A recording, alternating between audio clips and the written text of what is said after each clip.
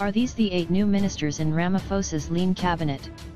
When the cabinet reshuffle does occur, it is a foregone conclusion that some departments will be collapsed and merged with existing ones. President Cyril Ramaphosa's spokesperson and former general manager at Brand South Africa Tyrone Seale this weekend said speculation of an anticipated cabinet reshuffle was all hot air. When reminded that the former National of Union of Mineworkers, No. Secretary General and businessman himself dropped strong hints during the State of the Nation address on Friday night, Seale reminded the citizen that Ramaphosa has in fact never given a date on when this reshuffle will happen. What is public knowledge is that the former deputy president is not in favor of the current size of cabinet, which when counting deputy ministers who are not attendees of cabinet meetings stands at a staggering 72. He is also likely to go for experience and expertise in his choice of ministers to turn around a government which has in recent times lost the appetite to serve the interests of the majority of South Africans, the poor and the indigent. When the cabinet reshuffle does occur, it is a foregone conclusion that some departments will be collapsed and merged with existing ones. Many analysts have this weekend questioned the logic of having departments of economic development separated from small business development, or the Department of Telecommunications and Postal Services fragmented from the Department of Communications. In the past 72 hours, a document purporting to be a parliamentary notice of new members to be sworn in on Monday ignited further speculation that these are the new blood Ramaphosa aims to inject into his cabinet. By law, Ramaphosa is allowed to appoint one person who is not a member of parliament a minister as well as a parliamentary councillor to serve as his emissary during parliament sittings. The President of the Republic of South Africa, in terms of the country's constitution, is not a member of parliament. He is required to appear in parliament regularly to answer questions.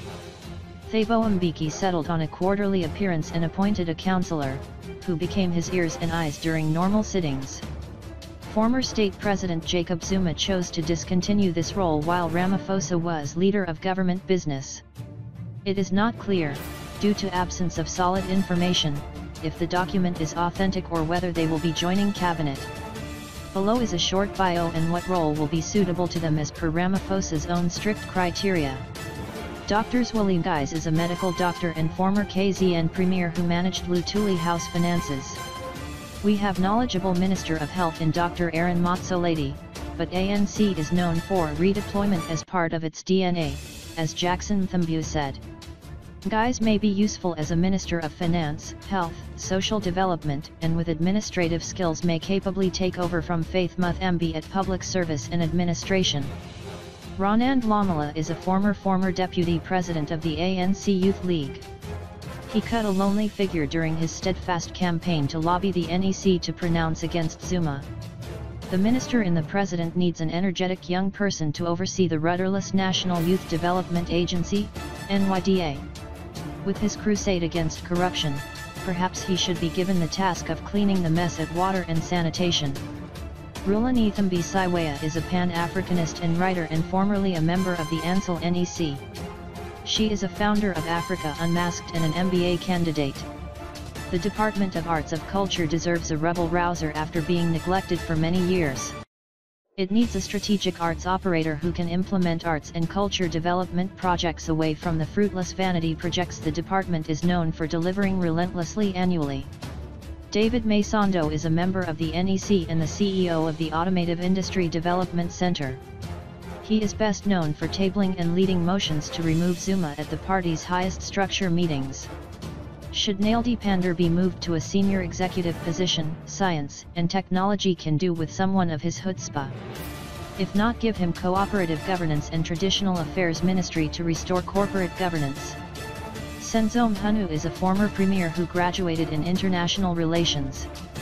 Here is a perfect candidate for a parliamentary councillor, or alternatively to relieve the sleepest Matengo and Amashabane at international relations and cooperation.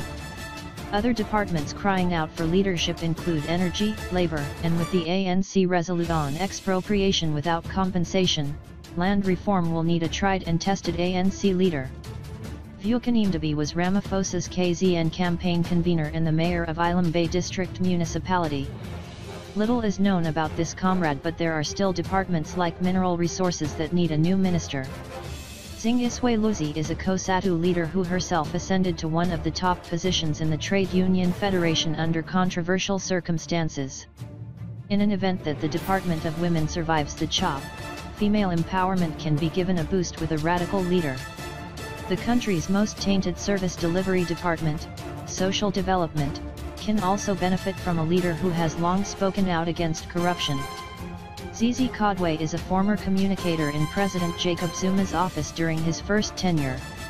He momentarily worked as a marketing manager for Gauteng Film Commission before being elected into the NEC and serving as the party's spokesperson.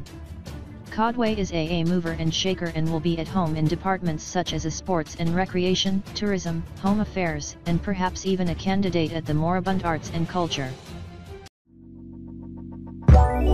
Let it go, make my body go, make our bodies high.